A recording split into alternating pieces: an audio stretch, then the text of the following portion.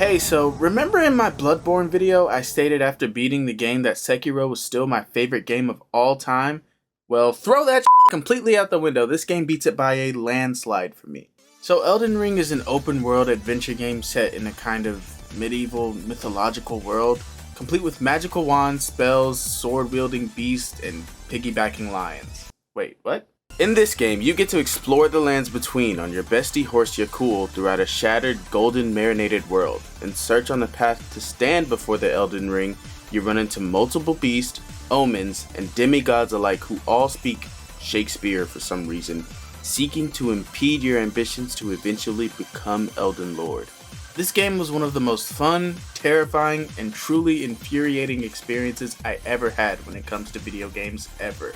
Elden Ring is the first game where I was truly eager to run it back on New Game Plus for different endings because I didn't know how I felt about my eventual ending, but we'll talk about that later. But there's also so much content that I know I missed. Even after 170 hours of me trying to go everywhere and see everything and touch everything that I literally could, there's still some graces I did not ever touch. So first, let's talk about some of the problems that I had with this game. Okay, so now that section's over with, I'm just kidding. But no, honestly, this game was super difficult, and I know a lot of people quit the game early on because of this reason alone. But to me, it's kinda stupid. I mean, we all know what we signed up for once we agree to put our credit card information on our systems to pay for anything FromSoft at this point. You shouldn't be surprised if you can't get past Godric Soldier. But I will say probably my only few gripes with this game is that there weren't any really good one-on-ones. Every boss is either a beast or a god of some kind, sometimes both. They all have either ridiculous range, or they just straight up jump your motherfucking ass. Millennia could have been considered an honest one-on-one, but every attack that she connects, that's right, connects, even when you are blocking, heals her HP. Then on her second phase, she literally grows wings and blooms into a scarlet rot flower with Ninetales visuals to boot. Now, you could consider getting off near a good one-on-one PvP spammer bullshit kind of fight, but the first time I encountered him and I saw what was coming, I kinda... I knew you'd come to stand before the Elden Ring, to become Elden Lord. What a sad state of affairs. I commend your spirit, but alas, none shall take the throne. Queen Marika has high hopes for us, that we continue to struggle.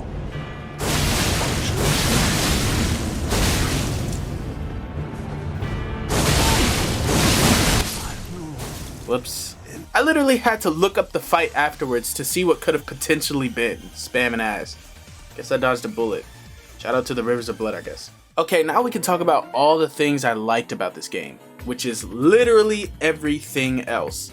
The first thing I have to talk about is the lore of this world. In my opinion, Elden Ring's lore worked a lot better for me simply because most of FromSoft's lore is either relatively linear or what the how does any of this correlate? Also aliens. Actually, I take that back. Elden Ring had a few of those too, never mind. But I've always kind of liked the parallel to the real world with a little bit of mystics behind it, but probably my favorite aspects of this game is the boss cinematics. The setup for every single main boss in the game was simply amazing. I've never been more impressed by a video game's thematic weight in every cutscene, specifically the Radahn fight for me. Possibly my favorite FromSoft boss fight of all time was the Star Scourge himself. The build-up, how everyone who mentions Radahn is scared of the demigod's capabilities, the cutscene and the lore before the fight, learning that Radahn learned gravity magic specifically so that he could be weightless and ride his bestie horse in battle is one of the best lore bits I've ever learned. And finally, the fight, the full-scale battle before the nerf. The feeling of participating in a war festival just as regular soldiers running side by side against the demigod who can literally hold back the stars? Yeah, we gotta jump that nigga. Now I'm not gonna hold y'all. For about 60% of this game, I played this game very Mickey, I won't even lie. Almost every boss I fought, I had to bring a summon in after a few attempts trying to beat them on my own, but eventually it didn't work out. And while we're on the subject, let's talk about the Mimic tier for a moment. Completely fucking broken. I'll say if I never found out about the Mimic tier because I couldn't figure out how summons worked other than the televised NPC summons for most of the game, I would have still been fighting Moog right now. Hell, I would have still been on Neil, or Nile, whatever the fuck. Your clone literally gets all the same stats as you, gets an infinite item usage, and if you level him up to plus 10, gets a health bar bigger than some bosses.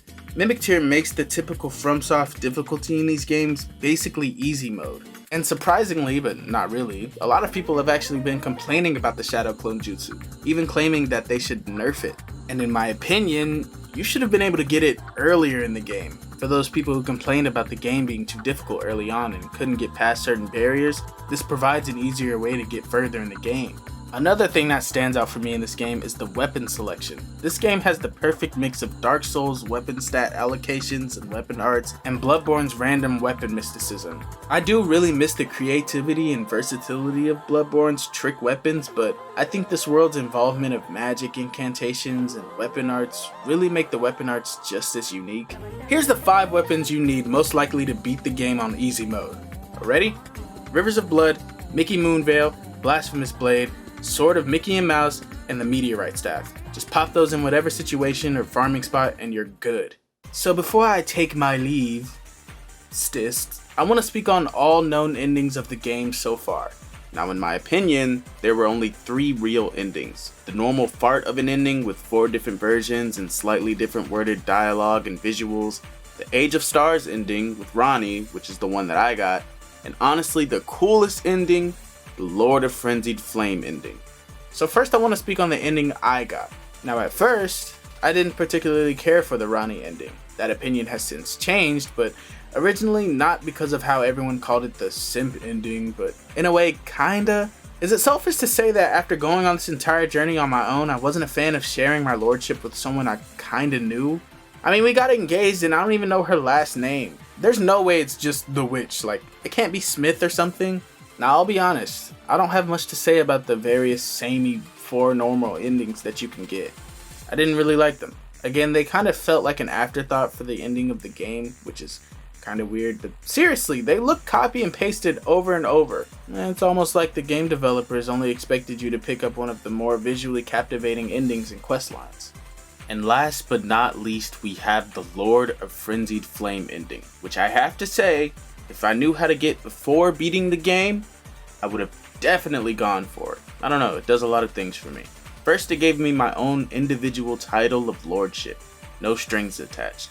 Second, it gives you this really cool Eye of Sauron look, which, I mean, me personally, I wish after you unlock the ending, you could equip and keep on yourself, but whatever. And finally, it ends on a captivating cliffhanger, with Melina bestowing her hatred upon you and your new destructive powers, and promising to kill you herself. Now I know this is technically the evil ending, or the Shura ending if you will, and choosing this path kills a lot of people in the process. But let me tell you something. Come here, hold on, just come here, a little bit closer, come here. I don't give a fuck. I've been getting jumped, sliced, and maimed throughout this entire journey. There were some areas that literally made me dread turning on my console knowing that I had to go through the same bullshit and run through the same gauntlets over and over and over again.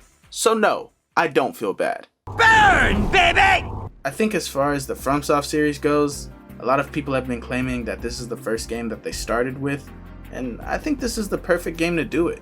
This game offers open world travel, so if you need to level up early, you can make the game easier. It gives you an idea of how bizarre these games' lore can be and all the little pockets and neat ways you can find information on your own. I know a lot of things were left unsaid and a lot of questions left unanswered that hopefully, praying we get a DLC, get answered and touched up on. You know, I want to see how the roundtable reacts to me being Elden Lord. Wait, they're dead. I want more information on Queen Marika, like what was her and the Greater Will's plan for the lands between? What becomes of Miquella and what kind of Empyrean was he in the first place? And how will he react to the discovery of Melania's death? Or maybe we'll get to see Millicent bloom into a demigod herself, because I was not helping her get jumped. Plus Ancient Somber Dragon Smith and Stone, baby! Thank you!